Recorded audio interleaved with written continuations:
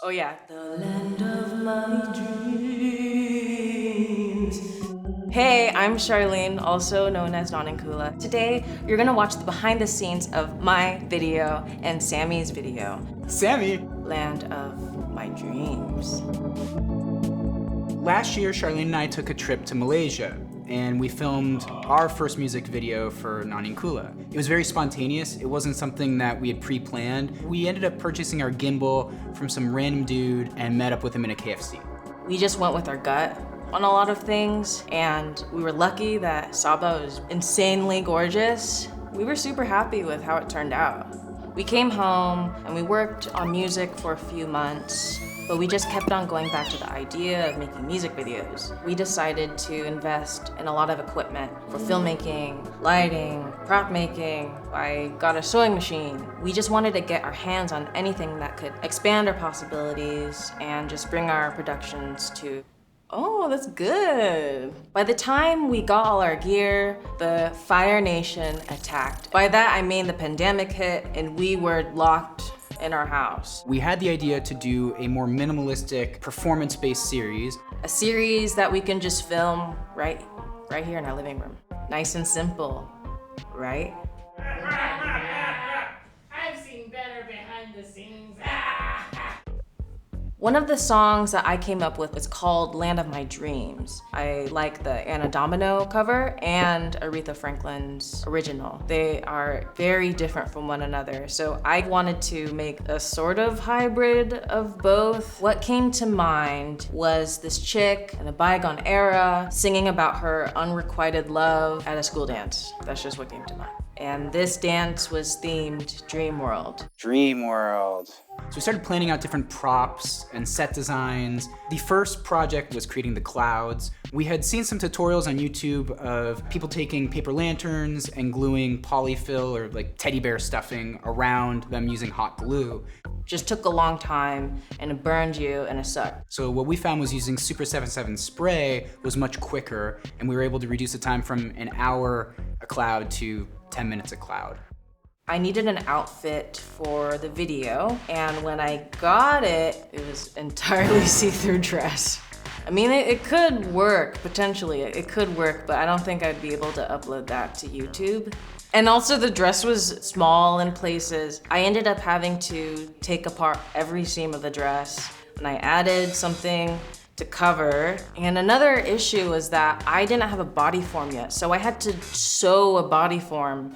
And I'm too cheap to buy one, so I just downloaded a pattern online and made that. I also wanted the dress to be super poofy, so I made this hoop underskirt too. That's what I like the hoop underskirt. It uses boning. That's the term, boning. This is my boning skirt. Whoa. You also built a microphone from scratch just to make this project more complicated. I wasn't part of this at all. Coming from a recording background, the microphone is really important to both Charlene and myself, both for how it looks, but more importantly, how it sounds. When we're working with videos, the actual look of the mic is really important. So he had this RCA 77 that he basically machined from scratch in his trunk. It was a microphone that he machined with our friend Peter. My friend Peter and I had been working on a microphone project for the last year, machining parts and basically deconstructing and reconstructing the old RCA 77. We had since moved on from that project, but when discussing what microphone to use for this, I realized, oh shit, I've got enough parts Also from the trunk. to put one together. And I said, that needs to be rose gold. So he spray painted it rose gold. And now I have a rose gold 77. Take that, regular gold. Take that, Aretha Franklin. We brainstormed different ideas on how we could film in our living room. And what we discovered was if we were able to clear out everything and essentially wrap the room with black fabric, we could create a big void. Our living room is decent size, but a third into it, our kitchen counter cuts right through it. It only allowed us to record from one direction and one perspective, so we were pretty limited. It's not the biggest room and the ceilings aren't that tall. I don't think they're over 8 feet. But that didn't stop us from wanting to use our spotlight. Where could we put it that wasn't in the line of sight of the camera? Luckily, there's a door to the adjacent room, and Sammy had a bright idea to put the spotlight in that room and shine it into our living room. We weren't quite sure if that would work because that room actually has shorter ceilings than our living room, but it did. Yay! Sammy and I agreed that if each of the clouds had their individual glow, it'd look really cool. By some good fortune, Sammy came across these LED fairy lights that did not flicker. A lot of lights that aren't intentionally made for filming flicker, and they just don't play nice with the frame rates of cameras. We were really relieved that they worked. However, even with using multiple fairy lights, they still weren't that bright. This kind of put us in a predicament. If the light only can come from that spot, that really dictated where we could put the clouds. So that way we can shine the spotlight in a way so that it didn't overpower the lights that were emitted from the clouds. After looking at the test footage, Sammy and I thought that I wasn't being evenly lit, so we had to put another light up, but for now, we tried to focus the light using the barn doors, so that way it didn't spill over to the clouds. There was a lot of Tetrising involved. Those two lights, they looked good. That was all we used. Initially, we planned to use 2 cameras, put one on a tripod and the other on the Steadicam. We did a few takes and it was just super awkward. It just didn't feel right in the context of the edit. When Sammy and I saw the Steadicam footage, we were really impressed. The type of movement made sense with this swaying kind of soft video. If I was doing it handheld, it would have been much more shaky, and with a gimbal, I wouldn't have had the ability to really get the exact movements around the clouds that I needed to get. All the stuff was up in the room, so why not a redo night? Just scratch the tripod and go fully Steadicam. We thought if we can nail it in a single take, it'd be really special. But that meant I had to really nail my take at the same time that Charlene nailed her own take, because it also meant there were gonna be no cuts.